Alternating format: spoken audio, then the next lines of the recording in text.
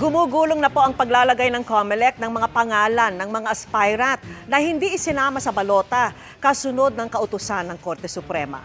Sa Miyerkules na planong simulang mag-imprenta ulit, pero ngayon pa lang may inilatag ng hakbang sakaling may kailangan muling idagdag na pangalan. Nakatutok si Sandra Aguinaldo. Muling nagsagawa ng tinatawag na Trusted Build ng Election Management System o EMS ang COMELEC. Matatandaang nakakuha ng Temporary Restraining Order o TRO sa Korte Suprema ang isang senatorial at 7 local aspirant na ang epekto kailangang ilagay ng COMELEC ang pangalan nila sa balota na naunang hindi isinama.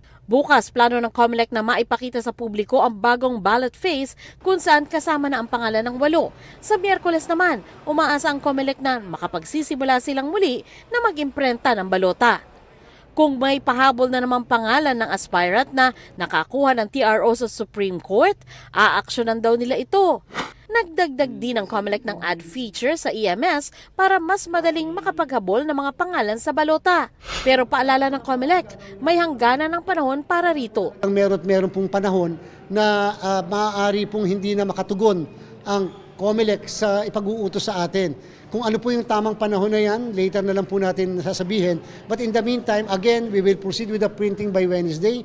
Para naman daw hindi na maulit ang pangyayaring ito sa 2028 presidential elections, balak ng COMELEC na agahan ng filing ng Certificate of Candidacy ng mga tatakbo.